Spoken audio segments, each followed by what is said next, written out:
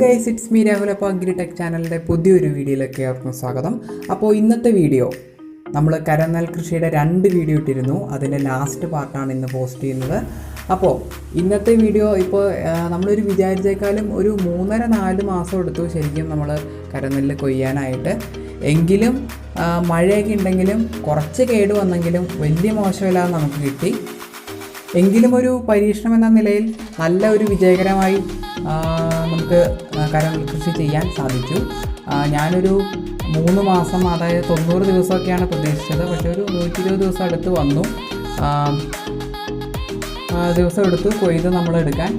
അപ്പോൾ ജ്യോതി വിത്താണ് ഇവിടെ ഉപയോഗിച്ചത്. നമ്മൾ ആദ്യം മുതൽ പറഞ്ഞുകൊണ്ടിരുന്നതാണ്. അപ്പോൾ എങ്ങനെയാണെങ്കിലും വിജയകരമായി.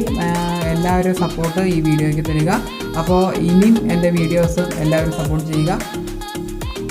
അപ്പോൾ എനിക്ക് ക്ലാസ്സൊക്കെ തുടങ്ങിയതുകൊണ്ടാണ് വീഡിയോ ഇടാനായിട്ട് കുറച്ച് ഡിലേ ഒക്കെ വന്നത്. അപ്പോൾ ഈ ചാനൽ കാണുന്ന എല്ലാവരും ചാനൽ സബ്സ്ക്രൈബ് ചെയ്യുക, അതുപോലെ വീഡിയോസ് ലൈക്ക് ചെയ്യുക, ഷെയർ ചെയ്യുക. അപ്പോൾ ആദ്യം പറഞ്ഞ പോലെ തന്നെ ഒരു 3-4 മാസം അടുത്തേ ആയുള്ളൂ.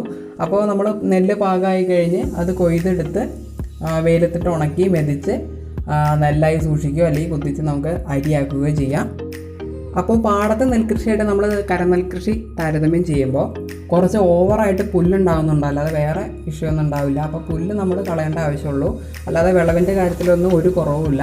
അപ്പോൾ നമ്മൾ കരനെൽകൃഷി വിത്തിട്ട് ആദ്യത്തെ 2 തവണ, അതായത് ആദ്യത്തെ 1 മാസവും പിന്നെ ഒരു മാസവും കൂടെ ആകുമ്പോൾ 2 തവണ രാസവളം, ഫാറ്റം ഫോസ് വളം നമ്മൾ തീരെ ചെറിയ അളവിൽ കുറച്ച് അകത്തി തൂളി കൊടുക്കും. ആ വളപ്രയോഗം മാത്രമാണ് നമ്മൾ ചെയ്യുന്നത്. പിന്നെ നടുമ്പോൾ ചാണകം ഇട്ടാലും നല്ലതാണ്. പിന്നെ ഇവിടെ നെല്ല് നിരക്കുന്ന സമയത്ത് ഭയങ്കര ശക്തമായ മഴ കിട്ടിയതുകൊണ്ട് കുറച്ച് കേടുവന്നെങ്കിലും ഒട്ടും മോശമില്ലാതെ തന്നെ നമുക്ക് വിളവെടുക്കാൻ സാധിച്ചു.